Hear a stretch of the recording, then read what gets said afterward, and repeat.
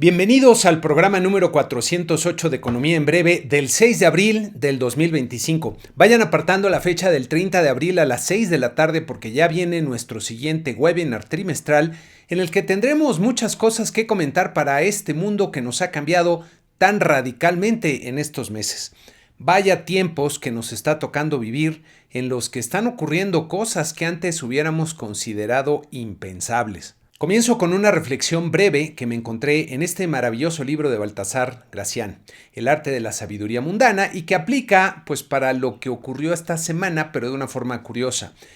Debes aprender a tomar las cosas no por la hoja que corta, sino por el mango, que te protege del daño. Especialmente debe aplicarse esta regla a las acciones de tus enemigos. Un hombre sabio saca más provecho de sus enemigos que un necio de sus amigos. Uno esperaría que sobre todo los líderes más poderosos del mundo fueran personas capaces y entendidas, pero les decía que estamos en tiempos donde ocurre lo impensable, en parte porque algunos de los líderes al frente de sus naciones no llegaron precisamente por su sabiduría e intelecto. Y entonces llega Trump y aplica sus aranceles a prácticamente todo el mundo que se determinaron, con una fórmula que tiene sorprendidos a todos los economistas serios del mundo, pero no por su ingenio, sino por su grosera estupidez, aunque esté expresada con letras griegas para hacerla ver elegante y pretenda ser obtenida de algún concienzudo modelo económico de supuestos inconfesables y lógica confundida.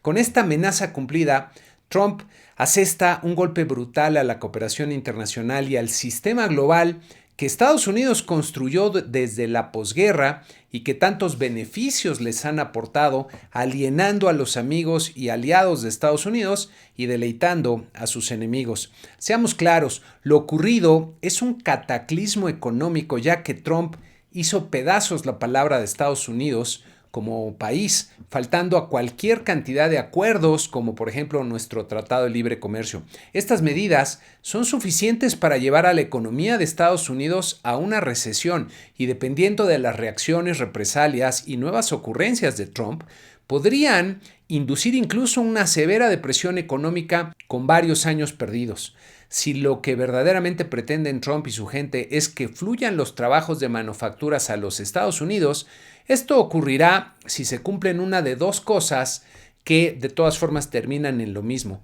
si bajan los salarios de los trabajadores o si suben los precios de las cosas, que al final del día producen un empobrecimiento de los ciudadanos estadounidenses. Percibo que muchos observadores esperan que estas medidas no durarán porque a los países afectados no les conviene meterse en una guerra comercial con Estados Unidos, y menos con un presidente que actúa entre una zona difusa entre la locura y la incompetencia. Pero aún pensando que Trump está usando el poder y la amenaza para obtener lo que quiere al más puro estilo de la mafia, el problema es que en lugar de ejercer su poder de bully, de gandalla grandote, acorralando a cada país por separado, Trump se está echando un pleito comercial con todos al mismo tiempo, dejando nulo espacio de maniobra para los líderes nacionales ante sus electores, que no pueden todos conceder con la misma facilidad con la que lo haría un hombre de negocios en una negociación normal o usual, diría. Ya vimos que Canadá está adoptando una postura muy clara y contundente de responder y no dejarse intimidar, y Europa también está endureciendo el tono y preparando una respuesta. China ya respondió limitando algunas exportaciones, y me llamó la atención esta respuesta de Trump en un tuit diciendo que China jugó de forma equivocada, se apanicaron, que es la única cosa que no pueden darse el lujo de hacer, ya que me parece este comentario refleja su forma de pensar y lo que está detrás de su, entre comillas, estrategia, ya que esperaba que tanto los chinos como los demás países lo fueran a buscar para comenzar a negociar con toda la ventaja, desde luego, para Trump. El que los más débiles, entre comillas, se atrevan a responder no entra en su lógica y habrá que ver cómo responde, lo que no me parece tan difícil de anticipar, ya que la única estrategia que creo que conoce Trump y que le ha servido para llegar a donde está, es doblar la apuesta hasta que la otra parte se echa para atrás. El problema es que eso puede servir en los negocios y en algunos contextos de las relaciones internacionales, pero no en el contexto en el que se están dando las cosas. El presidente de la Reserva Federal, Jerome Powell, comentó el viernes que el impacto de las tarifas sería mayor a lo que se esperaba casi al mismo tiempo que Trump pedía que la Reserva Federal comenzara a bajar sus tasas de interés y presionara a Powell para hacerlo, como ven en otro de sus tweets, exclamando que deje de jugar a la política. En la Reserva Federal deben estar muy preocupados no solo por la presión de Trump, sino por el tiradero que tendrán que recoger en los próximos meses. Y vaya tiradero y reacción que tuvimos en los mercados accionarios, que fue obscenamente explícita y negativa, como pueden ver en nuestra tabla, con caídas dramáticas que no se habían observado en muchos años y que ponen de golpe a los índices de Estados Unidos en terreno bajista, despertando al proverbial oso, esto es en bear market, que no presagia nada bueno. Como ven en la gráfica, las caídas fuertes ocurrieron el jueves y el viernes como reacción al anuncio de aranceles generalizados de Trump. En esta siguiente gráfica vemos a nuestro promedio de 10 índices perdiendo 7.4% entre el pico alcanzado y el cierre del viernes. Y puede notarse que la magnitud de la caída no es nada usual. El índice Standard & Poor's 500, que agrupa las 500 empresas más grandes del mercado, se desplomó como no se había visto desde la pandemia. Y vean el índice Dow Jones Industrial desplomándose también de forma dramática. Nuestra bolsa de valores salió del sueño de opio que todavía disfrutaba el jueves, cuando los medios reproducían por aquí el mensaje oficialista de que México estaba mejor en términos relativos a todos los demás, pero la narrativa artificial sirve por poco tiempo y la realidad se impone, y la bolsa terminó perdiendo 3.2% para cerrar en los 51.453 puntos en la semana. Si vemos el comportamiento de la bolsa en los últimos 2 años, podemos notar que prácticamente se estrelló con una pared, y en la medida que internalicemos que nuestra economía será de las más golpeadas por lo ocurrido, pues veremos al índice bajando en las próximas semanas. Nuestro tipo de cambio presentó un comportamiento muy curioso, como ven en la gráfica, con vaivenes muy pronunciados, incluso quedando por debajo de los 20 pesos el jueves del anuncio de Trump, lo que nos sirve para estar alertas, ya que de repente el trading que se presenta en los mercados puede dar este tipo de comportamientos muy curiosos durante algunos días. Lo que sigue para los mercados se ve, diría, oscuro y doloroso. Algo que me preocupa es que estas dramáticas caídas en los precios de los activos tendrán afectaciones en las hojas de balance de muchas empresas financieras. Y si comenzamos a ver algunas quiebras inesperadas de este tipo de empresas, esto podría retroalimentar el temor en los mercados, que ya están con los nervios a flor de piel, y propiciar bajas más pronunciadas, creando un círculo vicioso pues de consecuencias desastrosas. Aún pensando que la estrategia, entre comillas, de Trump era traer a los otros países a la mesa de negociaciones totalmente debilitados y dispuestos a cooperar, la reacción de los mercados pone toda la presión ahora del lado de Trump, y de hecho el tiempo está en su contra, y me parece que los otros países, especialmente los que están dispuestos a hacerle frente, lo saben. En los próximos días comenzarán a subir los precios de un montón de artículos para los consumidores estadounidenses, que comenzarán a pagar el precio de la sabiduría de su presidente, y de hecho ya comienzan a darse manifestaciones masivas en Estados Unidos expresando rechazo, y esto apenas comienza. Tal vez Trump esté buscando aprovechar la oportunidad para que algún país de los menos poderosos decida darle lo que quiere, acercarse a negociar bajo sus condiciones. Seguramente habrá algunos que lo harán, lo que aprovechará para poner el ejemplo, entre comillas, en los medios e insistir que él sabe lo que está haciendo. Lo malo es que las reacciones en la economía van a comenzar a sentirse muy pronto, y los mercados financieros muy probablemente seguirán ajustándose, lo que debilitará sus bases de apoyo tanto entre sus electores como entre los republicanos. Me llamaron la atención los comentarios de uno de los senadores republicanos más relevantes, Ted Cruz, que advirtiera que si las tarifas de Trump causan una recesión, esto propiciaría un baño de sangre, entre comillas, en las elecciones de medio término para el Partido Republicano, es decir, que perderían muchos asientos en el Congreso. Y esto, pues más que un temor, me parece un vaticinio de lo que viene para los republicanos, y habrá que ver si esto sirve también para que se empiecen a distanciar de Trump, su equipo y sus políticas, y restablecer un poco el orden. Pero bueno, vienen tiempos bastante complicados, movidos, habrá que estar preparados. Siguiendo con los indicadores económicos de Estados Unidos, el reporte de empleo del mes de marzo trajo buenos resultados, con un crecimiento de 228,000 nóminas no agrícolas, que resultó muy superior al incremento esperado de 131,000 y como pueden ver en la gráfica fue un nivel elevado, aunque como podemos ver en esta otra gráfica que presenta los meses de marzo, el resultado de este año diría que estuvo bastante en línea con lo que es usual, es decir, nada espectacular. La tasa de desempleo subió un poquito de 4.1 a 4.2%, que sigue siendo un nivel relativamente bajo y benigno. Las remuneraciones medias por hora, que es una medida de las presiones salariales, crecieron 0.3% en marzo, tal como se esperaba, y si vemos su evolución a tasa anual, esta se redujo un poco a 3.8%. Miren, si no tenemos una sorpresa rápida, diría en una semana en la que el resto del mundo se pliega a los deseos de Trump, y me refiero a los grandes países y a la Unión Europea, etcétera, me parece que veremos un deterioro bastante rápido en las cifras de la economía estadounidense en los próximos 2 meses, especialmente en temas de empleo. Pasando a México, la Secretaría de Hacienda presentó los llamados precriterios de política económica para el 2026, continuando la tradición de presentar un ejercicio presupuestal basado en supuestos muy optimistas a pesar del golpe de realidad que les acaba de dar Trump a ellos y a todo el mundo. En la gráfica pueden ver los pronósticos de crecimiento del PIB esperados en el mercado para el 2025 y el 2026, en el que cada puntito es la combinación de cada analista que contesta la encuesta de Citi más reciente, que desde luego pues no incluye los posibles efectos de las tarifas de Trump. Los supuestos de Hacienda pueden verse alejados de lo que está contemplando la gran mayoría de los analistas y el promedio del mercado, y eso que en esta encuesta todavía no aparecían pronósticos de crecimiento negativo que seguramente comenzarán a aparecer en las próximas entregas. Vale la pena contrastar lo presentado por Hacienda hace un año para el saldo histórico de los requerimientos financieros del sector público, que es la medida más amplia de la deuda pública, con lo presentado ahora, y podrán notar pues la fuerte desviación que se registró para el 2024, planteándose un nuevo incremento moderado para el 2025 que será difícil de alcanzar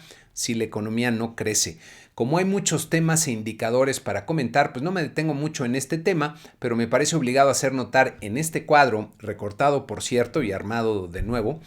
para incluir solo algunos renglones que me llamaron la atención que ya están presentando como programas prioritarios: la producción, distribución y comercialización de petróleo, gas y derivados. Esto quiere decir que el gobierno está dispuesto a pagar con dinero de los contribuyentes las ineficiencias de Pemex y compañía cuando deberían ser producidos de forma eficiente y pagados por los respectivos consumidores. En fin, es el regreso al modelo del Estado autoritario y productor de los años 70. Y hablando del modelo del PRI de los 70, esta semana la presidenta Sheinbaum presentó el Plan México reforzado, diría, con más atole para reforzar la narrativa oficial. Si teníamos dudas de que el modelo que quiere implementar el gobierno es del Estado autoritario y productor de los 70, el plan responde con claridad, recurriendo a las narrativas tan populares en aquel entonces como la autosuficiencia alimentaria, que se pretende lograr con medidas que ya probaron su ineficacia para la economía, aunque son muy eficaces para el enriquecimiento inexplicable,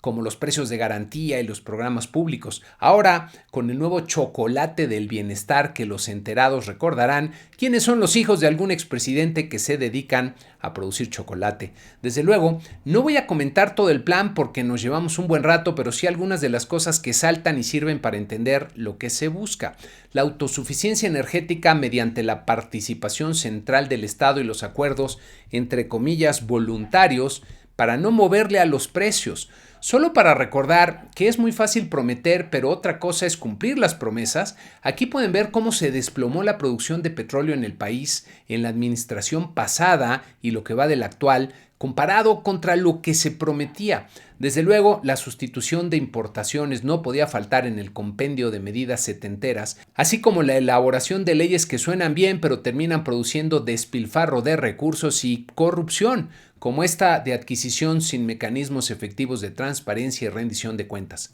Varios de estos acuerdos, entre comillas, voluntarios en los que los comercios y productores se comprometen, entre comillas, a cosas que no están alineadas con los intereses de los consumidores y que acaban produciendo más problemas, como por ejemplo, escasez de los productos que se demandan y que no se van a surtir si los precios no dan para una rentabilidad mínima de los negocios. Desde luego, seguir aumentando el salario mínimo los siguientes años del sexenio, como ven en esta lámina, y ampliar los programas del bienestar, ahora con una novedad que está,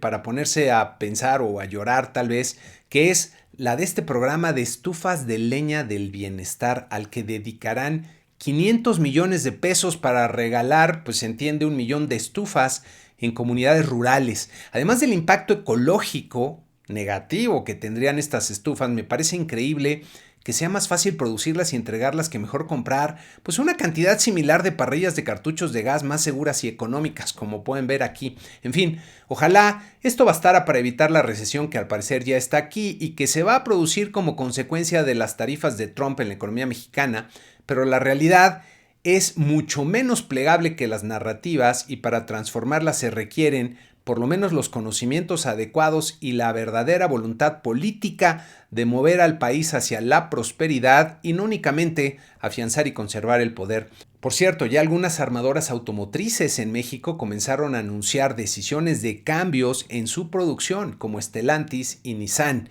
y probablemente otras seguirán en poco tiempo. Por otro lado, el consumo privado del mercado interior presentó otra caída en el mes de enero, ahora de 0.3%, como pueden ver en este cuadro del INEGI que muestra cifras desestacionalizadas. En esta gráfica pueden ver que con la caída de enero ya se observa con claridad una tendencia descendente en el consumo privado, con malas implicaciones para la economía en general. El consumo de bienes nacionales se contrajo 0.4% en enero y aunque todavía se observa básicamente estancado desde hace un par de años, como pueden ver en esta gráfica, ya comienza a delinear una tendencia descendente en estos últimos meses. El consumo de bienes importados se contrajo 0.1% y como ven aquí, ya está en una tendencia descendente que muy probablemente continuará acentuándose ante la depreciación que ha tenido el tipo de cambio. El crecimiento marginal de enero en el consumo de servicios nacionales no alcanza para mantener una tendencia positiva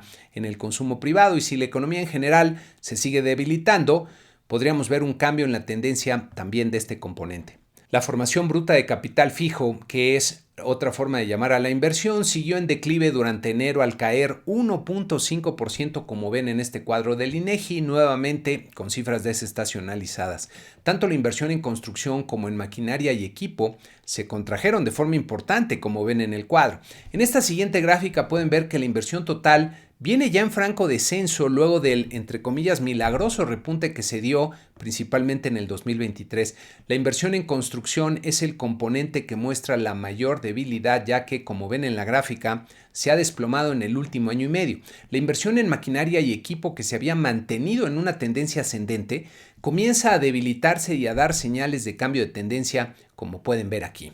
Por otro lado, las remesas procedentes de los mexicanos en el exterior siguieron descendiendo en el mes de febrero para sumar 4.5 miles de millones de dólares, quedando incluso por debajo de lo que registraron hace un año, como ven aquí, registrando el nivel más bajo en los últimos 2 años. Todavía es prematuro hablar de un cambio en la tendencia de las remesas, pero el desempeño de estos meses no ha sido muy bueno que digamos. El número de envíos también se redujo respecto a los meses previos, pero muy a tono con lo observado en años anteriores para alcanzar los 11.7 millones. El monto de la remesa promedio fue de $381 por envío, parecido a lo registrado en febrero del año anterior y a tono con lo observado en otros meses de febrero pasados. Lo que reciben efectivamente en pesos las familias en México sumó 7,790 pesos en promedio, que es un monto bastante respetable, como ven aquí, gracias a la depreciación que ha tenido el tipo de cambio en los últimos meses. Por otro lado, Banco de México presentó los resultados de la encuesta mensual a los analistas del sector privado que pueden ver en este cuadro resumen Y como ha sido la tónica en los últimos meses, el pronóstico promedio de crecimiento del PIB para este año se redujo nuevamente, pero ahora de una forma más significativa, pasando de 0.8% en febrero, que ya era bajo, a 0.41% en esta encuesta de marzo. Para el 2026, el pronóstico de crecimiento del PIB bajó un poquito a 1.59%. Les pronostico que para la siguiente encuesta habrá otra revisión fuerte a la baja en los pronósticos de crecimiento del PIB, conforme comiencen a incorporarse los efectos que los analistas estimen para las tarifas de Trump. Los pronósticos promedio para la inflación y para el tipo de cambio experimentaron ajustes pequeños que no me detengo a comentar. Los pronósticos para la tasa de interés de referencia monetaria prevista para el cierre del año se revisaron de forma un poquito más apreciable a la baja, como ven aquí, luego de observar a un Banco de México con una junta de gobierno más dovish, más paloma, más dispuesta a seguir bajando las tasas de interés. Los pronósticos de aumento en el número de asegurados en el IMSS se redujeron nuevamente a 271,000 para el 2025 y 430,000 para el 2025, muy en línea con la baja en las perspectivas de crecimiento del PIB. Para el crecimiento del PIB de Estados Unidos se observaron cambios básicamente marginales. Y en esta siguiente gráfica podemos ver las trayectorias previstas para la inflación general en la línea amarilla y subyacente en la línea azul, de acuerdo con el promedio del mercado y a tasa anual. Como puede verse, la inflación subyacente irá repuntando de forma leve, marginal en los próximos meses para alcanzar un nuevo pico en noviembre y luego comenzar a descender. Habrá que ver si esto es suficiente para que Banco de México ajuste o cambie su política monetaria, pero me da la impresión que van a estar mucho más preocupados por la recesión que se nos viene encima que por el tema de la inflación, que en teoría, si la economía se enfría, debería de comenzar a ceder, debería de descender, pero ya veremos qué es lo que pasa. La percepción sobre el entorno de negocios para los próximos 6 meses y la coyuntura para invertir se deterioraron fuertemente, con un 63% de los analistas anticipando que el entorno de negocios empeorará en los próximos 6 meses y un 71% respondiendo que la coyuntura para invertir es mala. Y esto era antes de las tarifas de Trump. Por último, el indicador IMEF del mes de marzo registró malos resultados que auguran un mal desempeño para la economía, caracterizando el resultado con el título "Se confirma contracción". Este indicador ha sido bastante atinado y oportuno para revelar la situación de la economía, así que también por aquí vemos señales de que la recesión podría estar ya iniciando en nuestra economía. Para la semana que viene tendremos información importante tanto en México como en Estados Unidos. Aquí el lunes comenzamos con los resultados de la encuesta de Citi, que veremos ya cuántos analistas empiezan a poner números negativos en los pronósticos de crecimiento para este año luego de lo ocurrido con Trump. Veremos también las cifras de la industria automotriz. Tendremos el miércoles los resultados de inflación del mes de marzo. El jueves conoceremos las minutas de la última decisión de política monetaria de Banco de México y qué es lo que está pensando cada miembro de la Junta. El viernes terminamos con la producción industrial del mes de febrero y no tiene fecha, pero deben estar por salir el número de asegurados en el IMSS del mes de marzo. En Estados Unidos tendremos el miércoles las minutas de la Reserva Federal para ver qué es lo que están pensando ellos, y luego el jueves la inflación al consumidor y el viernes la inflación al productor del mes de marzo, que son indicadores muy importantes para la Reserva Federal.